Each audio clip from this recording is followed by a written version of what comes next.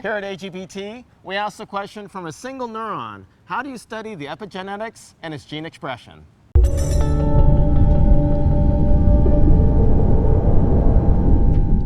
Andrea, I really enjoyed your poster yesterday. What can you tell me about the model organism and what you're doing? Well, to start with, you and I, we have about 86 billion neurons. Mm-hmm. And from single cell sequencing, a seemingly homogeneous population is not, and I'm going to guess that every neuron is unique. So imagine trying to follow a circuit of single neurons and then look at the behavior in you and I. Well, today, I don't think that's quite possible. But using a Pelagia, which is a slug, a sea slug. And they're big.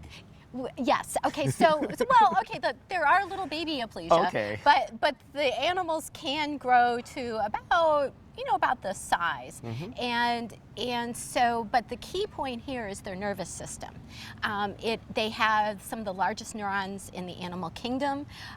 They are always located in the same spot from animal to animal, and so they're easily accessible.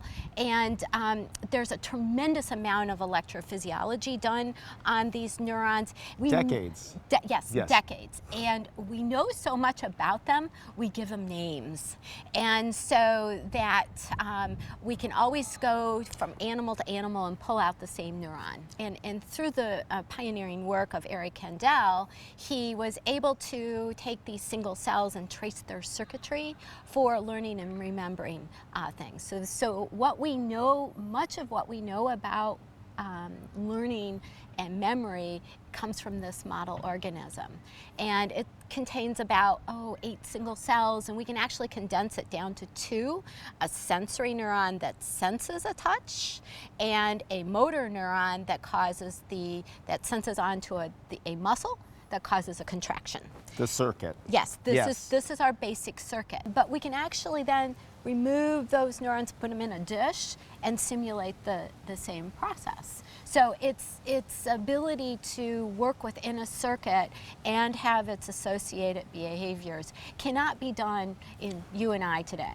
Yes. And there at the University of Florida in St. Augustine, I understand you helped set up the Ion Torrent PGM on the ship. Yes. What can you tell me about that? Okay, so it was, imagine you're going to be in weather where you're going to have, 10 feet waves, and you are in actually our lab was a shipping container. And so it was outfitted for our sequencer, but you had to think about everything you needed. So you had to have deionized water and all the electricity, and the sequencer was actually put on air tables.